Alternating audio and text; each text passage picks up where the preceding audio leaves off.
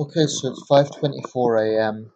and this is a very spontaneous video, but I want to encompass just a few different thoughts and feelings that I've got now about things that are certainly interconnected.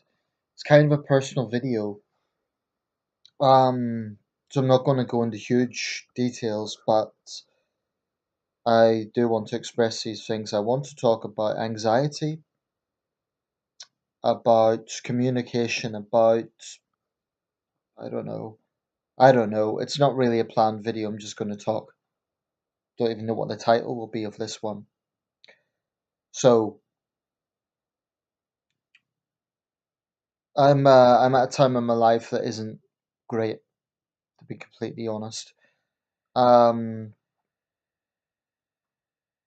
and just to be clear here, by opening myself up like this, I'm really not asking for advice, and I would ask people, please don't give it, please don't suggest it, because that's not what I'm asking for, and I don't really, honestly, it wouldn't really be helpful. That's not what I'm asking for. So please don't say, oh, you need to do this, you need to do that. Because actually, when people, mental health is a very profound thing. Something that's discussed a lot these days, and that's a good thing in itself. It's good that it's more discussed than it used to be, but it's a huge field. It's a huge umbrella term. Um, I think sometimes people offer advice with good intentions, but they don't kind of wait to see if someone wants advice or not. Now, I'm quite stubborn. I'm quite independent minded. I don't really like people assuming advice when I haven't asked for it. And I know I'm open minded enough to know that often it's got good intentions, but it's still just rather than helping me, and maybe this is being short sighted on my part, but rather than helping me, I find it just adds kind of pressure. It's not that I can't appreciate other people's points of view or that advice can't be good or bad. It can, but I mean, it can be good, but we haven't asked for it. It isn't helpful. So that's just kind of a caveat, a footnote. Anxiety to me is one of the most widespread and detrimental aspects of mental health problems today in this country, and I imagine around the world. It's something I'm very familiar with. And anxiety is very different from instantaneous fear. So if you are walking dark streets at night time and someone suddenly pulls a knife out and asks you for money, that's an instantaneous fear. It's a shock. If you are a martial artist and you're entering the ring, that's a fear. But it's a kind of expected fear. You know what you're going to do. It's a fear of being humiliated, of losing, of maybe being hurt. Um, but it's not an anxiety in the same way. Anxiety is more quiet but deadly, if I could put it that way. It's a horrible thing. I hate anxiety with, I absolutely loathe it because it is so shackling. It is so, it really does have an impact. Now, in my case, the anxiety is largely for financial reasons. I've got my financial situation is really not wonderful because my work situation is not stable. I'm not in steady work, so that's a big part of it. And I can't help feeling a bit, I don't want to say envious, but people who have financial stability and they take it for granted. I'm not talking about people like the average person who's getting an average income. I'm talking about people who are quite comfortable, not necessarily the super rich, because I think that's a whole other ball game, but people who are financially comfortable. I don't wish them any ill, but people in that situation who kind of take it for granted irritates me because I know what it's like. And this might sound whatever, but I'm going to say it. I know what it's like to have that constant financial anxiety, and I'm not blaming anyone else. I want to be very clear about that. I don't blame anyone for that. It's just the way it is. But it's very unpleasant feeling. Very, very unpleasant. So for me, that's where my anxiety comes from predominantly. For other people, it might be social anxieties. I don't really have a problem with that because I'm quite a social person. If I go to a party, I find it relatively easy to mingle and talk to people. Um, I'm not an introvert, so I don't have that problem. I've got a good friend who suffers from social anxiety. His financial situation's actually better than mine, but he suffers serious social anxiety. So anxiety comes in different forms. Um, Very often it can translate into paranoia or a big feature I think is procrastination and and a fear of facing the world. I think it's a very crippling thing. It really is.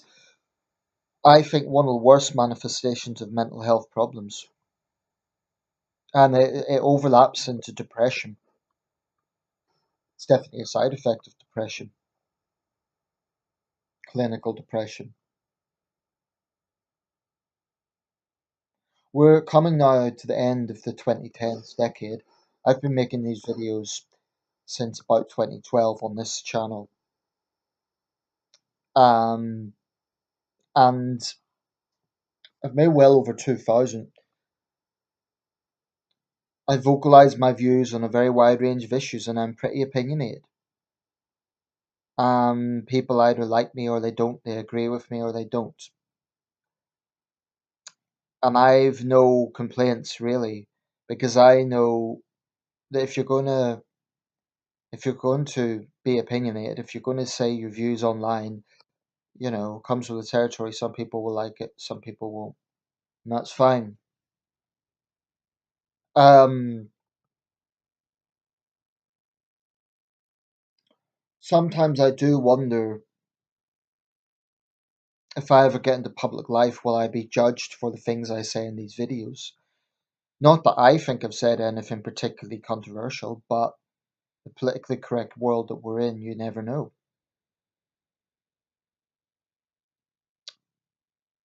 And that gives me anxiety because I'm ambitious. There's things I want to do in life.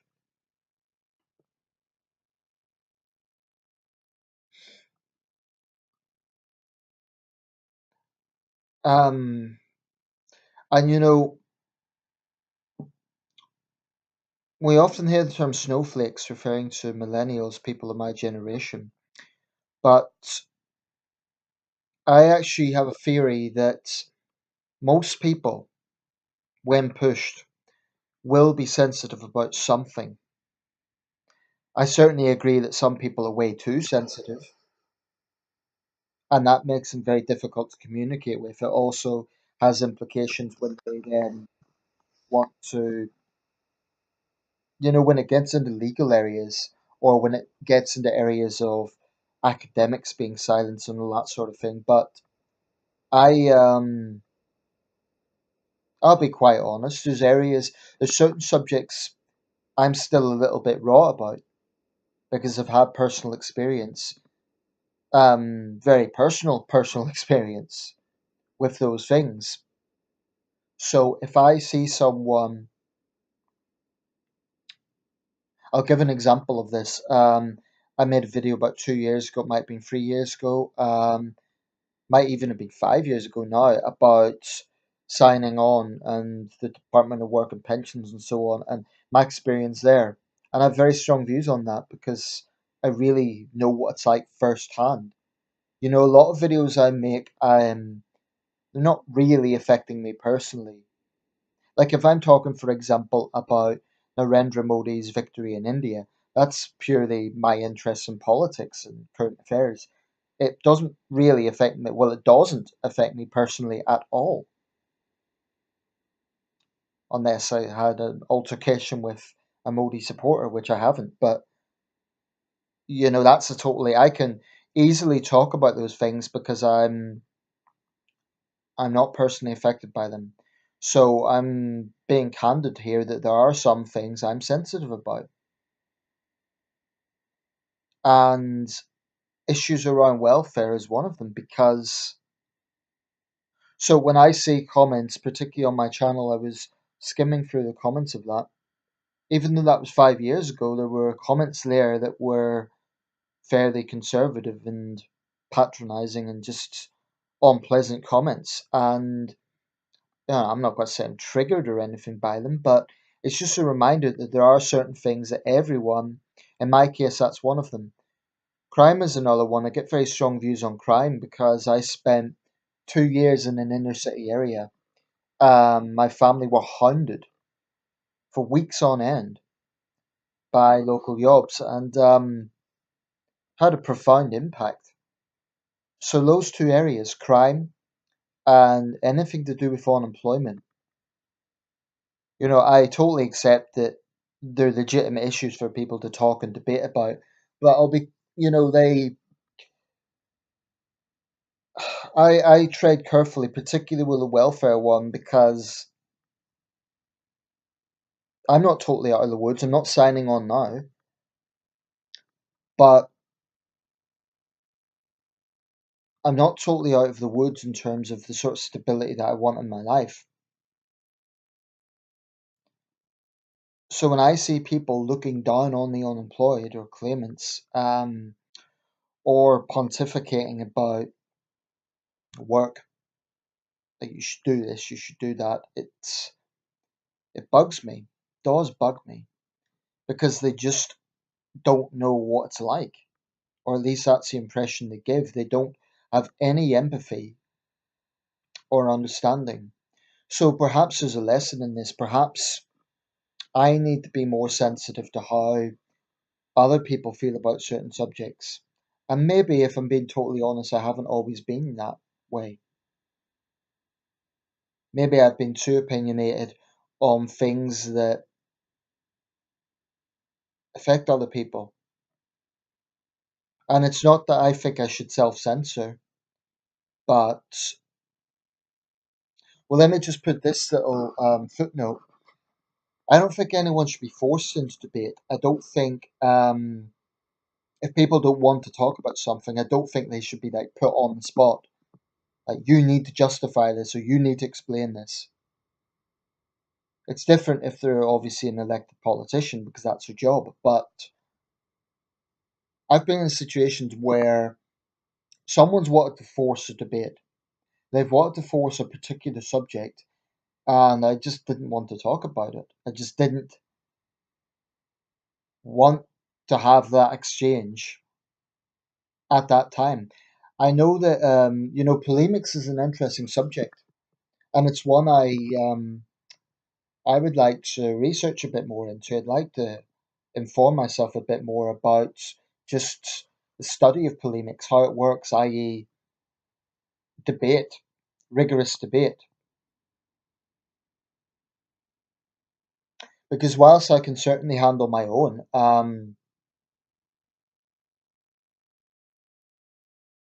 sometimes, particularly when I feel anxiety, it's not that easy to get into confrontation situations. Not that I'm a shrinking violet. Like, I mean, I've confronted people, so I'm constantly aware, Nathan, don't be a hypocrite, don't do this, don't do that. I'm often my biggest critic. I don't know whether that comes across or not in my videos, but that's how I feel. Hell, this might be one of the most honest personal videos I've ever made. So I'll round this up, but